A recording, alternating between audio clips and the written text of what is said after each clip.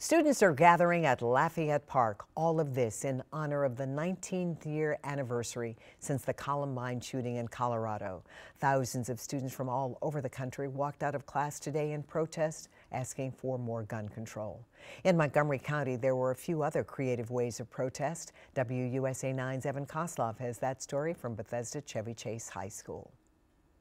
All over the country, there are protests and walkouts happening today, but perhaps one of the more visual ones, at least in our area, is this one here at the Bethesda Chevy Chase High School. As you can see on this border fence here outside of the building, they've got all these white t-shirts hanging up.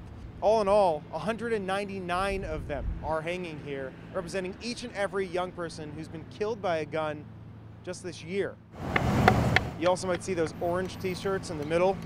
Those represent the 13 young people who lost their lives during the Columbine shooting. We hope it serves as a reminder to youth and adults who see this about why we are fighting, and then hopefully we'll engage youth more in the movement for gun control. And then there was this group of young people. At first glance, it might just look like they're out here for this protest, which they are, but there's more to it.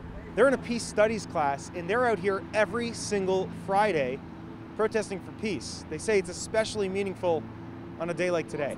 And the fact that we're still out here and we still have to come out here and protest is just ridiculous, that it's so many years later and that we still have to come out here and protest for our lives. It's really empowering to know that people really care about what we have to say. You know, we might not have a vote, but we're still going to speak our minds, and someday we are going to vote.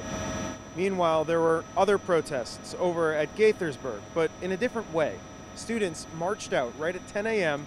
and went to the football field. The NRA has got to go! When I say that this is more than just Bethesda and Gaithersburg, I mean it. There are some 2,600 of these protests or walkouts planned across the country, according to the organizers. That's a lot of young people, all just trying to have their voices heard. Reporting here in Bethesda, Evan Koslov, WUSA 9.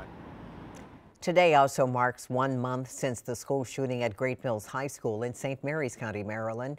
Jalen Willie later died from her injuries. The shooter, 17-year-old Austin Rollins, took his own life after shooting Willie and wounding another 14-year-old student.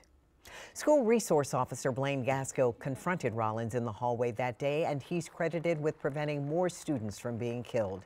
Yesterday, Maryland Governor Larry Hogan presented Gasco with an award for valor.